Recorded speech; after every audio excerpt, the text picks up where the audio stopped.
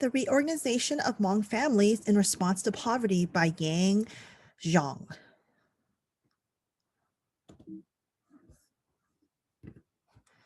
The Reorganization of Hmong Families in Response to Poverty by Xiong.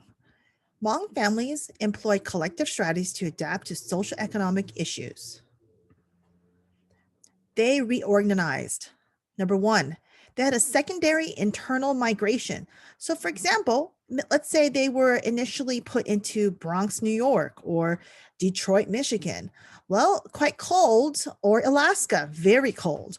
A lot of the Hmong that were actually placed there would actually keep in contact with other relatives that are placed in other places, such as California or Wisconsin, and they did a secondary word of mouth internal migration. Two, they formed new communities, such as places like Fresno, California. And this is all word of mouth. And three, they restructured their families in response to the new country that they arrived in. Migration to the United States. The result of a failed US foreign policy and military intervention in Southeast Asia. And that's how the Hmong came to the United States. From 1955 to 1975, the US were part of wars in Laos, Cambodia, Vietnam to contain communism.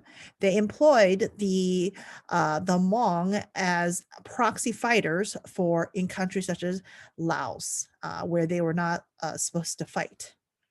This very much destabilized the country, and when the U.S. lost, they left, and they promised the Hmong that they would take them with them. Now, three, in the 1960s, 30 Hmong of North Laos were CIA recruited. Number four, 10% of the 300,000 Lao Hmong were killed. And that meant a lot of what? Well, if you're thinking of trauma, you're correct. So lots of long-term trauma, and this has long-lasting effects in intergenerational trauma. So there's also social and economic challenges upon resettlement. The 1970s, 80s, they scattered the Hmong in Southeast Asia all over the United States. And a lot of places were not culturally or geographically adaptable to their cultural background. So what was the effect of their scattering? Well, it broke up some families, and that was a negative effect. Hmong families tend to be more than just nuclear. They tend to be larger than that. They encompass a clan, etc. And so that was a disruptive effect on Hmong moving to the United States. There are also food changes. Hmong are used to having organic farming and quite successful farmers in Southeast Asia. So they're used to like natural foods that they themselves farm. But when they came to the United States, they ate things like hamburgers, and that was very disruptive to their stomachs, like cheese, etc. There's also been examples of people eating it and getting very sick. And also those lifetime changes. Being from Southeast Asia, they walked a lot, they farmed a lot, but coming to the United States, very sedentary. And again, that was a very big dramatic difference from where they came from. Unfortunately, there was something called the sudden unexpected nocturnal death syndrome, or SUDS. Some Hmong had disastrous interaction and were culturally shocked. And so unfortunately, they fell asleep and they did not wake up. And so that was also a big issue in the community. And these are two classic Hmong books that lots it's taught throughout the United States. Hmong means free. Life in Laos in America by Susan Chan, and The Spirit Catches You and You Fall Down, A Hmong Child, Her American Doctors, and the Collision of Two Cultures by Annie Fiedemann. So again, these are quite used in a lot of classes, and it talks about the resettlement and the differences between the cultures, particularly looking at the aspect of health and how people think of health. But there's new books now, new books that are written by Hmong or about Hmong. And actually one that just came out is The History on the Run, Secrecy, Frugality, and the Hmong Refugee Epistemologies by Ma Vang.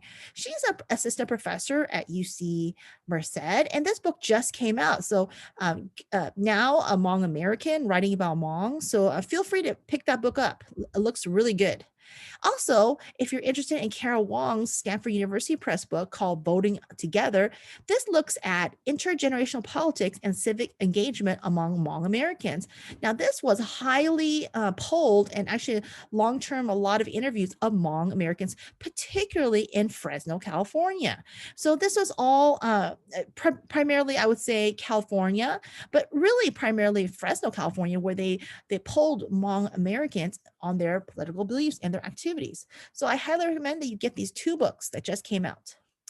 Now, what are the barriers to Hmong economic success? Well, there's lots of barriers. There's language, there's culture, there's geographic, and of course, unfortunately, Hmong, 35% Hmong poverty rate, which is quite high, versus the U.S. poverty rate of 9%. So, what about the model minority myth? That's a good question you ask. Well, obviously, this doesn't depict the model minority because it's high